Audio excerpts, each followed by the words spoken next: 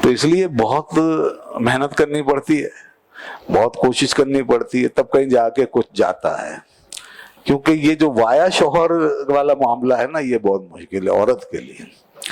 اسی طرح بڑے بڑے پیر ہوں گے مگر اپنی عورت کو مرید نہیں بنا سکتے. ہوں دنیا بھر کی خواتین کو، مردوں کو، بے شمار لوگوں کو مرید کر لیں گے، گھر میں عورت کو مرید، یہ بہت مشکل کام ہے، وہ نہیں مانتی. تو اس لیے بہت کام کی بات ہے کہ جو اللہ کے رسول نے فرمایا کہ تم دین دیکھ لو پہلے ہی، گھر لا کے دین مت سکھاؤ. وہ ٹھیک ہے کوشش کرنی چاہیے، لیکن یہ کہ پہلے دیکھو اس کو، اس آسرے میں مت رہو کہ میں گھر میں سب ٹھیک کر لوں. یہ جو بچیوں کا معاملہ ہوتا ہے، اب میں ذرا والدین سے مخاطب ہوں اور خاص طور پہ خواتین سے، اس کو ذرا بات کو توجہ سنیں. اور مجھے پتہ چلا ہے کہ یہاں بھی بات توجہ سے نہیں سنتی ہیں، اکثر باتیں کرتی رہتی ہیں. تو اس لیے کم از کم یہ بات، اب آخری ایام چل رہے ہیں، یہ بات سن لیں. آپ نے اپنی بچی کو اپنے گھر میں جو تعلیم دی ہے وہی حرف آخر ہے بس. جو خاتون نے، بچی صرف اپنی ماں سے سیکھتی ہے، باپ سے بھی نہیں. ماں کا اثر ہوتا ہے سب سے زیادہ بچی پر. بچے تو باہر بھی چلے جاتے ہیں، لڑکے باہر سے بھی سیکھ لیتے ہیں اور باپ کے بھی زیر اثر آ جاتے ہیں، لیکن بچی جو ہوتی ہے نا وہ سب سے قریب اور کلوز ہوتی ہے ماں سے. تو جو بھی شرم حیا سکھانی ہے وہ ماں نے سکھانی ہے، جو بھی آداب اخلاق سکھانے ہیں ماں نے سکھانے ہیں، اور جو کچھ بنانا ہے ماں نے بنانا ہے. اس لیے ماؤں کی بڑی ذمہ داری ہے، ماؤں کی بڑی ذمہ داری ہے. ایک بہترین ماں اپنی بچی کو بہترین ماں بنا سکتی ہے، اور اگر اس نے اپنی بچی کو نہیں بنایا گھر میں اور نہیں سکھایا اور بگاڑا، اور اب یہی ہو رہا ہے، کوئی پرواہ نہیں کرتی مائیں آج کل بچیوں کو جس طرح کی تعلیم دیتی ہیں، اور اس کو یہ تو سمجھاتی نہیں کہ اسے اپنے گھر میں جا کر کس طرح رہنا ہے. یہ تو تصور ہی نہیں ہے.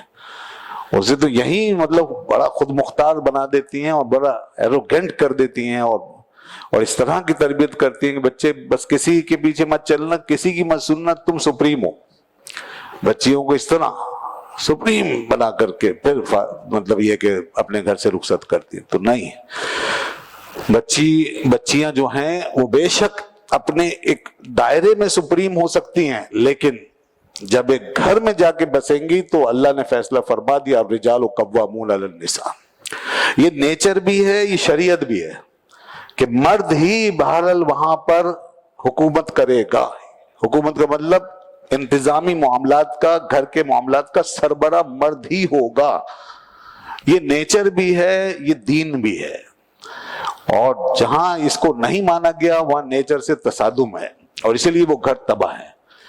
تو ہم اس چیز کو ذہن میں رکھیں بچیوں کے حوالے سے کہ تمہیں جا کر کے ایک کس طریقے سے ماتحت بننا ہے، اور کیسے سبورڈینیٹ بن کر کے چلنا ہے، اور کس طرح اپنے شوہر کی عزت اور احترام کے ساتھ اور اس کی اندرونی حاکمیت کے ساتھ بچوں کی تربیت کرنی ہے، اور گھر کے نظام کو چلانا ہے، اور شوہر کا، اپنے ہسبینڈ کا اعتماد حاصل کرنا ہے.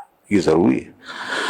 اب یہ بچیوں کو سکھانا، دلیری سکھا دینا، بولڈنس سکھا دینا، اور بے باکی سکھانا کہ بیٹا پرواہ نہیں کرنا بس، اور ترکی بترکی جواب دینا ہے اور فکر نہیں کرنی، ہم پیچھے بیٹھے ہوئے.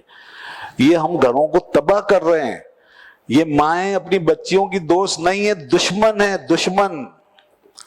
میں صحیح کہہ رہا ہوں، یہ لفظ اگرچہ سخت ہے، ایسی مائیں دشمن ہیں. اور ایسے بہت کیس ہیں معاشرے کے اندر جس میں کہ یعنی بعض دفعہ تو ایسا ہوتا ہے بچی سمجھ جاتی ہے بالآخر تجربہ کر کے کہ میں غلط جا رہی ہوں، لیکن ماں باپ نہیں سمجھتے. وہ بچی سمجھ رہی ہوتی ہے کہ نہیں یہ جو کچھ ہو رہا ہے غلط ہو رہا ہے، لیکن ماں باپ اسے اکسانے میں لگے رہتے ہیں، بھڑکانے میں لگے رہتے ہیں، نہیں بیٹا یوں کرو تو کرو.